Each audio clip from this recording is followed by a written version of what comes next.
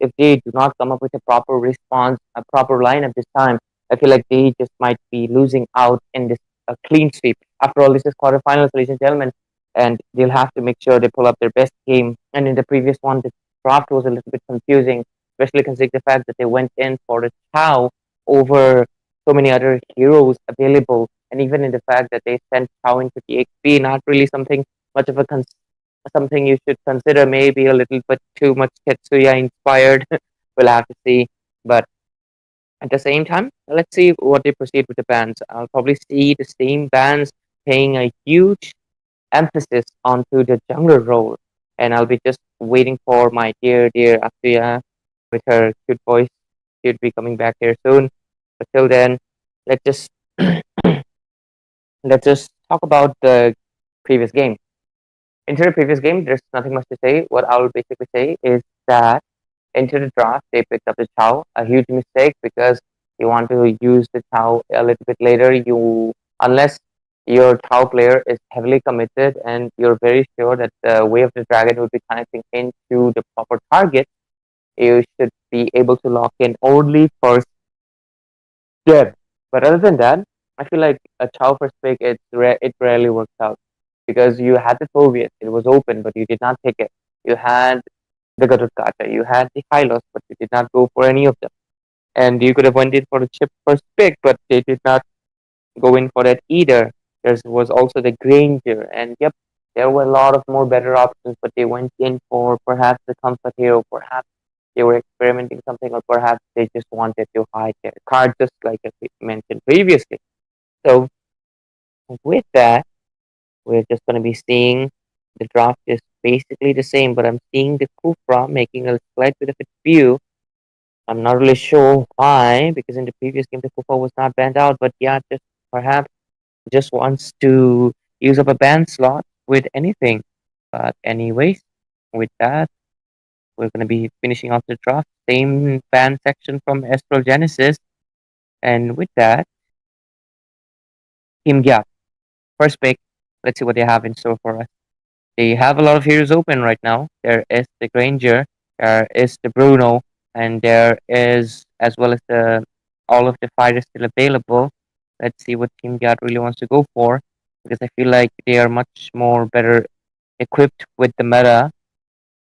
And I'm waiting a few seconds. Let's see what they pick up. All right, it's gonna be the Hylos. Looks like they really like having the emphasis into the Centaur, not to mention the horse. Because of that, we're going to be seeing Giyattt, picking up the Giyattt, the horse Giyattt. But anyways, the Granger as well as the Joy is left out open. Oh, okay, understand. Giyattt might be looking to pick up the Joy later on. That's the reason perhaps they bagged out the Kufra. And okay, Astral Genesis this time, they are picking up the Outland, the Garudacha. Two good picks this time around, having better options left out open for them. And with that, we're seeing these two heroes making their debut into this game. And I'm just gonna be waiting for a while because I really need to see what type of strategy we really want to go for. Right now, Granger is still left out open, and so is the Bruno. It's really surprising to me that Bruno was left out open in the previous game as well as the second game, and none of these teams have picked him out yet. Perhaps they are not that comfortable bringing up with the Bruno, which is a little confusing to me because Bruno is much more simpler in mechanics than the Lara itself. You dash in, you dash out, you use the balls. So, all right, finally, now it makes sense. They're going up with the Bruno, the classic standard pick into the meta right now, and you also have the Vexana coming into the play, who is going to be providing the Deathly Grass and Eternal Guard. So Alpha will have to watch out a little bit for all the crowd control coming in. But okay, Astro Genesis finally coming off with a new page and giving us a good draft this game, and they're making use of the Granger. Let's see how much of a use they will be able to do so. And looks like my cute And kid Astria is finally back. Hello, Astria. everyone, I'm sorry, kind of got a delay, but then again, I'm seeing the draft. Both the drafts looking really great, especially Team Cat once again picking up a Vexana along with the Bruno. Like both of them looking really great, especially with the Bruno because in the last game, even though the side of Team Astral Genesis, they did have a lot of late game firepower. I mean, they did have a Harith, but then they Asya, had a Zushin. Yeah, you're breathing quite hard. Looks like you just catch the train. Don't worry. I'll be taking it up for a few seconds. You just catch your breath, all right? No issues. It's all right. Sometimes we got to pick up a train. We are running a little bit late, so it's all right. It's fine. But, anyways, till Asya catches her breath and relaxes, I'll be here. And with that, we are already done with the first three priority I'm picks. All right. I'm actually fine. What I was gonna say is that Bruno, he does have a Hylos in front to protect him, so I think he will be having a great time farming. But then again, let's just see what the rest of the picks are from the side of Team Gyat because an Alpha and Gadot are already on the side of Team Astral Genesis, and they're already giving the Granger a team a PV front to actually farm up the space and time is there for him. Let's just see what happens because just look at them. They do not want a Slayer to go against an Alpha, so Alpha will be banned out. This game looks like completely different game. It just because I'm seeing a Kufra ban and a Zask ban. It doesn't make sense. It was not banned out in the first game. Why would it be picked in the second game? Well, when you're meeting new teams, you really meet new strategies. But other than that, Astro Genesis is just following their previous games draft. Look at that Hayabusa, Sicilian, Fanny, Joy, and Suyo, all of the heroes that were not available into the previous, were banned out in the previous game as well, and they're being banned out into this game as well. So it looks like they really want to choke on these heroes as much as possible. And with that, we're going to be closing off the draft soon, as Team Gyat will be deciding what hero do they not want, because right now they can ban out another jungler, but no, it's going to be the chip, which I don't really feel like could have been a good use because but anyways, this time they air the alpha. So I guess they're just being a little precautious. They don't want to give Astral Genesis the benefit of the doubt, and they're just going to be banning it out. Yes, all the drafts, all the bans being set in right there, but then again, the mage ban, a Zask. It's really weird to me because if the enemy actually goes in for a Zask, Vexana should be having a really wonderful time because her passive gets another minion to explode. Then again, let's just see maybe panning out a phrase, maybe an aura could have been a better option. But then again, there are so many mages out onto the graph, especially if you go in for a Farsa. She can actually be the artillery who can use that long range with her ultimate to snap down Bruno. So I think the Zask ban is kind of unnecessary. But then again, both the drafts are actually looking strong. I mean, just look at Astral Genesis going in for a Tigreal, a lot of CC onto their hands.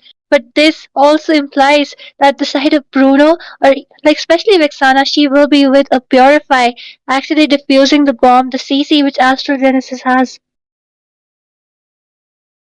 Yeah, and with that, we are seeing that I was just about to say the wrong word. Anyways, High Grill coming into the play, and all right, you've given a great insight, Aspi, and I'm just looking forward to what the last two picks is going to be. Are we going to be seeing a Yushin Shin coming into the play? I feel like this is a really good game for Xborg because you are immune to Tigreal when you're spinning. And also the fact that you can easily melt down the Katokacha. Okay, no, the Fredrin was open and it's going to get picked right away for Team Gyat. And as well as they pick up the Rafaela to give the support to the Fredrin really, really needs to charge up his Appraiser's Rat. So a really good composition for Team Gyat again. And Astral Genesis, they're just no offense, but they're like completely copying the draft the Team Gyat just picked up in the previous game. I mean, a Rafaela actually paired up with a Fredrin goes wonders because Fredrin is really great meta, especially climbing up right now with the damage. With the taunts, he can build complete tank, and the Appraiser's Rod can actually dish out a lot of damage. But what he lacks is the mobility, and that mobility will be provided by the speed up, which is from Rafaela. So let's just see what happens because. In this game, though, there is one catch that once again Xavier and as well as our Granger, they will be pretty far ahead into the game because they have the range advantage. And meanwhile, for the side of Team Guard, they do not have anyone who can actually reach behind the scenes, dive in, and take down these backliners. So let's just see how Team Giyattt is able to do it because without taking down the Xavier as well as the Grange, especially towards the late game, they might be facing some trouble. But anyways, ladies and gentlemen, we'll be heading straight into the land of dawn, and it's Team God versus Team Astral Genesis, game number 2 of this best of 3 series of tonight. Let's see if this is going to be a clean sweep or Team Astral Genesis might be able to surprise me with a comeback. But anyways, straight into the game. Both of the drafts being finalized, and all of the members are going into respective lanes. And with that, Asuya, which team's draft are you liking slightly a little bit more?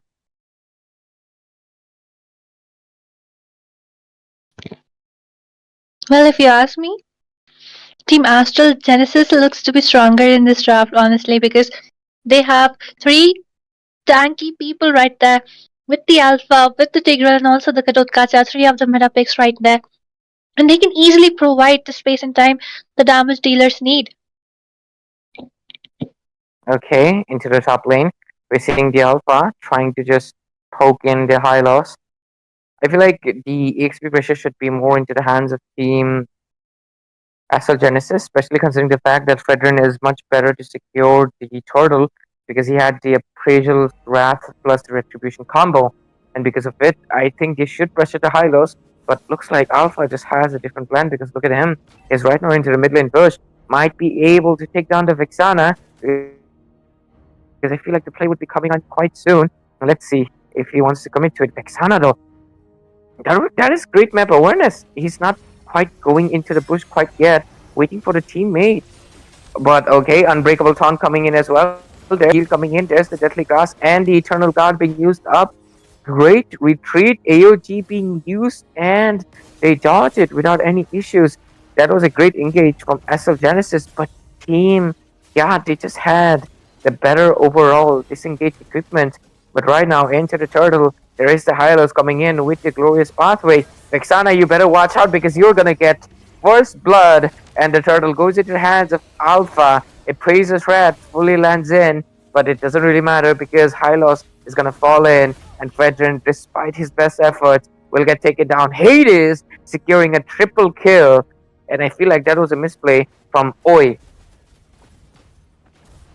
I mean, this is what I was talking about. For the early, for the side of Team Astral Genesis, to have an Alpha, as well as a Tigreal and the Gadot they will be able to provide a lot of snowball, which Granger needs, which Arzavian needs. I mean, look at him already with a triple kill, getting a lot of farm into his hands. He will be having an easy time right now. Meanwhile, like from the side of Team Yard, they do have two frontliners, but then again, in that team fight, in that rotation right there, in the early team fight, if you saw Garukacha actually came in trying to dish out some damage, trying to provide the support the team needs, but Hylos, he just decided to cut the lane, so I think that was kind of a miscommunication because you really need Hylos for the upfronts, for the initiations. Rafaela is just a utility support, especially before she gets those items like our Flask of Voices, her healing won't even be enough.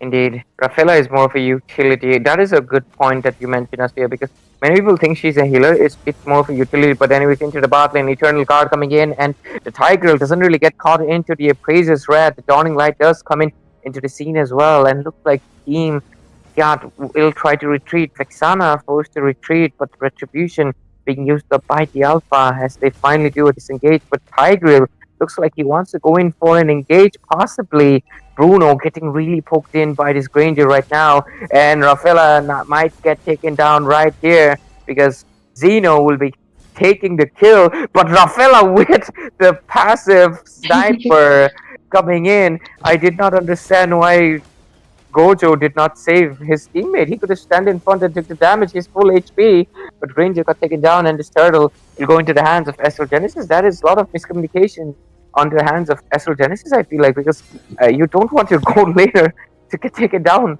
by Rafaela's passive. Like, that is like one of the most, like, not that Dumb kind ways of to die. passive. Yeah. Dumb ways to die. Yeah, but then again, the team fight still looked to be in the hands of Team Astral Genesis because the Lord The total is secured by them. They have a 1k goal lead as for now. The scoreboard also looks to be in their favor. Meanwhile, Halos in a very tight situation. Oh, Okay, there is the engage coming into the high loss and he gets taken down immediately. The backup coming in from Xavier has been quite great into this game. And okay, bot lane, Tiger getting poked a little bit, but Granger is like, I can do a little bit better with his Rhapsody. And with that, not much of an engage just quite yet. I mean, what can I say? Fred Red not getting the farm he needs. The team needs those turtles, but then again, the initiations are not enough because they really need a high loss for those initiations. I mean, just look at Bruno.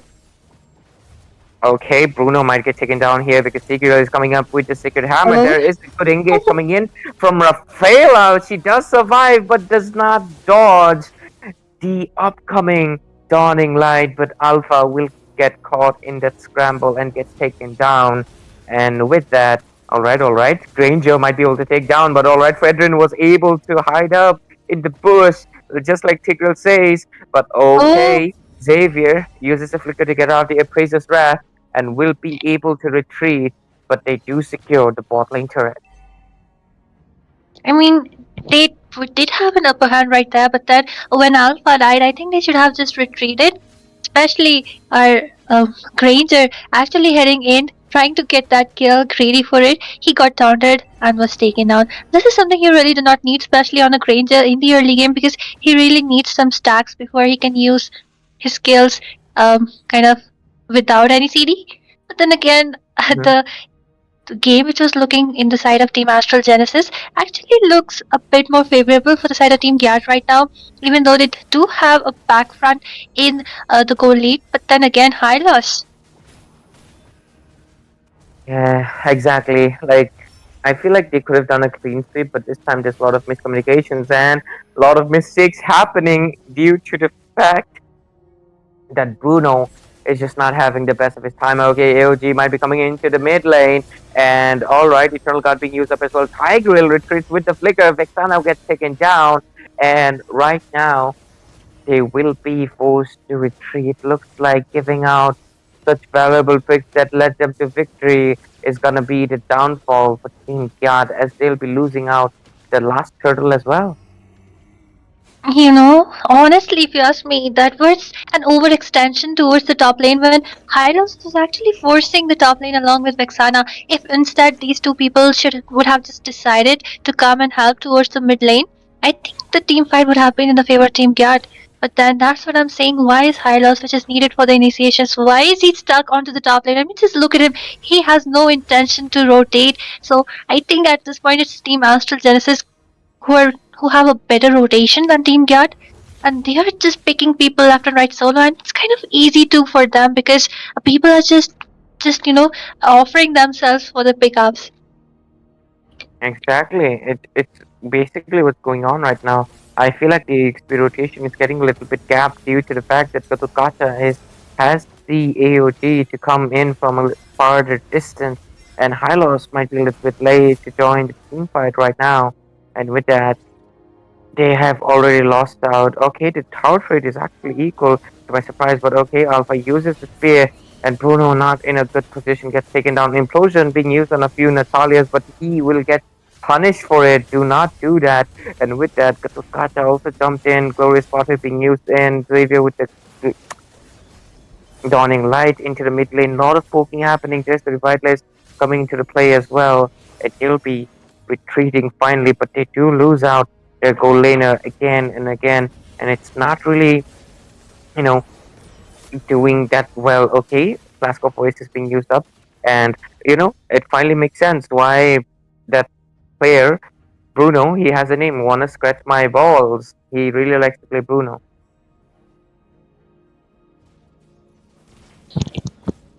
Well, I think Bruno is a great hero, but then again, just look at him. He's so ahead of everyone. It feels like it's the Bruno who is the stand. And on top of that, if you see, Alpha is constantly trying to use the Spear of Alpha onto Bruno. He's picking him off separately because just look at him. He's kind of all alone, presenting himself for the dish. So yeah, Bruno needs to play safe, especially he knows that there are so many people who are actually trying to target him down. Yeah, that is one of the things. I feel like previous game he was playing the Asian Shin, and that aggression is carrying into this game. He does not have the farm, and he's playing a little bit too aggressive. He should probably get the Malefic done and maintain the distance as much as possible because that's the only way you can do something about it. But okay, into the mid phase, there's the conceal play coming in. Let's see. Okay, Granger and Bruno going into bot lane neck to neck. Let's see who'll be winning out. Granger does have the better poke, but Bruno has the better damage. And Bruno seems to be winning it out so far. We'll have to see. The Lord is up. Let's see who will first engage. I mean, true, but then if you look at the macro, it's actually in the hands of Team Giyattt right now. They have, wait a second, Bruno in a very that spot once again. Oh my god, that flicker play coming in from Granger was really clever, but that rose gold bought by Bruno? Purify. I saw a shield or something, but anyways. Yep, he does have the rose gold meteor's recipe item, and because of that he was able to gain the shield. But anyways, might be an implosion play coming in soon. There is Vexana and Rafaela being caught into it. Glorious pathway being used up, and people are just falling in left and right. Bruno maintaining the distance, but will get knocked up by the Lord. A full 5-man wipeout of Astral Genesiz come in with the response, as they'll be able to take this Lord without any contest. You know what's actually happening in these team fights? Like if you see, it's first the Tigreal who's trying to go in, land those implosions, especially because Astral Genesiz haven't even gone in for a Purify, only Bruno is the one who has it. Sorry. And then again, so he really wants that implosion onto the enemy, but somehow they actually managed to dodge it out, or maybe just counter him out with the Spear of Alpha. And even the Immobilize, which follows up from the Xavier, actually locks down the follow up, which is coming from the side of Team Giyattt. And the last nail in the coffin is the AOTG, which is actually dropping down onto the priority targets right there, onto Vexana, onto Rafaela, onto Bruno, zoning them away so hard that they cannot even support. And then our Tigreal is actually, the Fredrin is actually taken down. And yeah, that's it for the entire team because Rafaela is kind of squishy, she is a healer, and the rest of the team is actually being completely destroyed by the Gatotkacha and the last hits coming in from the Xavier Ultimate and also the Death Sonata. Yeah, I feel like they could have probably went in for the Gatotkacha rather than the Hylos, considering the fact that they wanted to go with the Fredrin. They needed a little bit more crowd control, and that's basically what's happening right now because Gatotkacha is just zoning them out really, really badly. And also the Vexana is more of a, Vexana counters out the Hylos, doesn't it? So why would you go in for the Hylos over the Gatotkacha? That decision did not make sense. Team Giyattt is making the draft mistakes that Team Astral Genesiz was doing in the first match. Looks like they might be a little bit too confident. They thought probably they would be able to do the clean sweep, but Astral Genesiz, it showed. Like the first game, you did not have a few heroes, and we were forced to not reveal our card just yet. But into the second game, we are going in guns blazing, and we have the second pick. We picked the more heroes, and we have the better overall draft, and it's working out wonders for them. And with that, looking at the goal lead and everything, Team Astral Genesiz has the momentum. I mean, true, 13 minutes into the game, and look at the goal lead into the hands of Team Astral Genesiz right now. Especially, I really love how Gatotkacha is actually dropping down with the AOTG onto the priority targets, zoning the team hard, splitting them apart, which is what they need to do. And just look at our Alpha as well as our Granger, both of them with the Sky Piercer. No wonder they're dishing out so much damage. And of course, Xavier, he's gone in for the standard build right there with the anti-heal and the lantern, dishing out a lot of damage. Just look at that. It is a really wonderful itemization, if you ask me, because there are kind of two tanks for the side of Team Giyattt. And look at the gathering into the mid lane. They're really trying to capture the space. And Hylos, you better watch out. I'm sorry. I'm just, I might be a little bit sleepy. And ladies and gentlemen, do not stay up too late. But anyways, let's see how late Team Giyattt will be able to take this game because it's already 15 minutes into the game and Bruno just hasn't reached that power spike quite yet due to the farm difference. They have created, but he will be able to get to level 15. And let's see if Bruno can create any impact.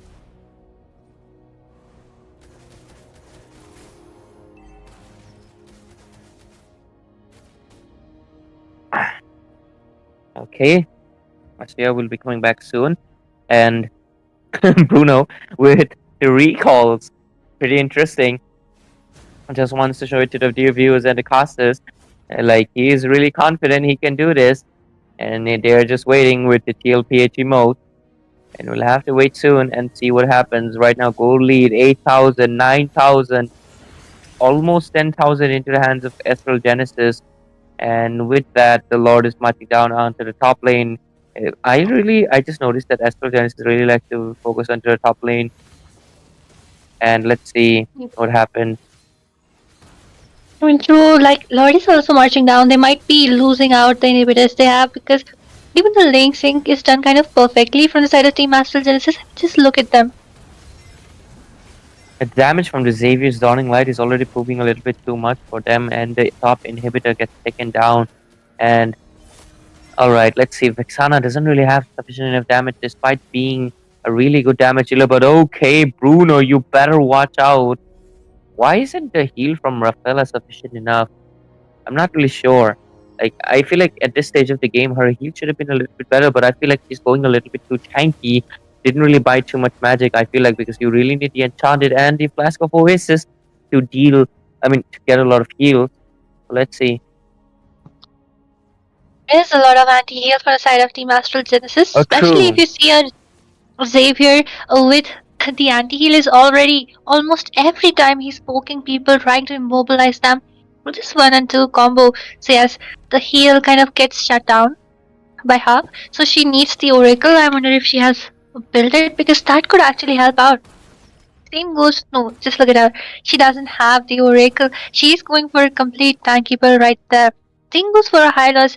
You know, he does have a Revitalize, so this combo should actually be OP. But then again, the anti-heals from the side of Team Astral Genesis is cutting at their only utility, the healers which they have picked it for. So I think her Hylos with an Oracle could actually give him a lot more sustain than he actually is already. Mm-hmm. Yes, indeed, Astria. And right now, they're just trying to buy as many time. I feel like Bruno should be full build right now and be able to dish out a lot of damage, as well as the, as well as the, what do you say? I forgot. Okay, there's the Dawning Light coming in to the play, and Rose Gold Meteor being bought as well. And right now, let's see what is gonna happen. The Lord Pit, the Lord Dance should be coming up quite soon. And alright, let's see. The engage should be up, but Hylos is taken down quite low. There's the Glorious Pathway coming in. Xavier using up the old Vexana does get out of the situation, uses the Deathly Grasp as well as the Eternal Guard, but Hylos get taken down, and the Lord fight is still up right now. Xantoria does get taken down. Frigdrin is still engaging. Bruno does secure the kill, but the Lord will go into the hands of Alpha as Frigdrin gets taken down. And right now, alright, the Lord is marching down from the top lane into the base. Frigdrin, he's trying to buy out as much as time possible for his teammates to respawn soon. He is doing his absolute best. There's the Appraiser's Wrath. Okay, does take down Alpha and his immortality being wasted, but he finally gets punished. But the amount of time he bought was impressive. But right now, the base is left exposed. The Vexana is the only one defending. Hylos coming in 4 seconds. Let's see if they're able to defend. Neoji coming in. Gadotkacha wants to go in for the base. He does use the Glorious Pathway. Will be able to force Gadotkacha to get taken down. Alright, Winter Crown play coming in as well. Alpha retreated from the scene, and Bruno will be able to defend their base. Alright, they defended.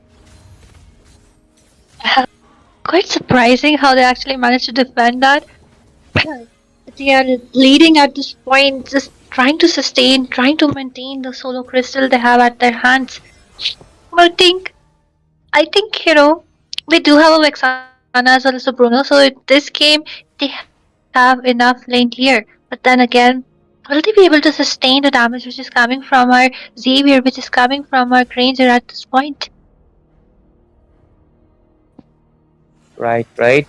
And Xavier as well as Granger right now, they're just really, really fed into this game. And they have a lot of more pressure compared to everyone else. And because of it, they're just not able to do what they really wanted to do. But the Bruno is able to take down Rangers, so there is a slight bit of hope for Team Giyattt. The game is already stretched to 20 minutes right now. And into the top lane, they should be a little bit aware. But alright, Hylos does force out just the Alpha charge, not really much.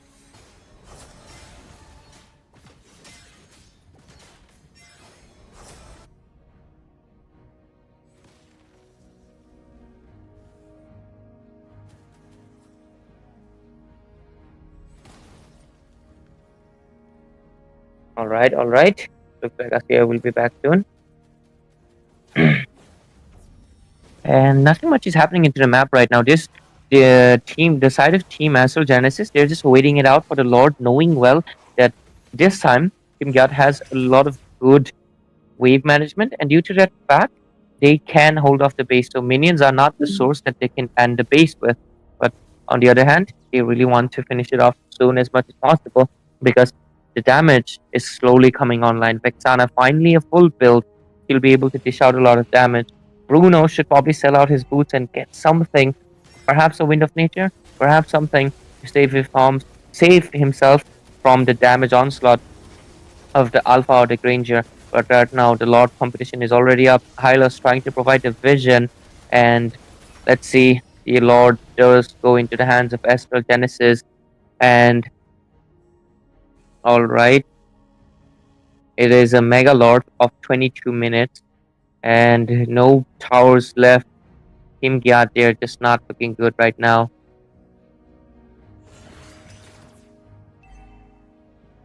The damage and the spammability from Xavier is really, really strong at this point of the game. And I feel like this might be the end. Team Giyattt might just be forced to push to a game number 3, as they will not be able to do a clean sweep. The Lord is marching down into the base, and the Lord is marching down into the base, and the base is completely exposed. Alpha wants to go in for the split push. The minions are already into the base as well. AOG coming into the Nexus, and Alpha will be able to finish off the base quite well because Bruno is just not getting the zone he needs, and this game will be pushed to game number 3.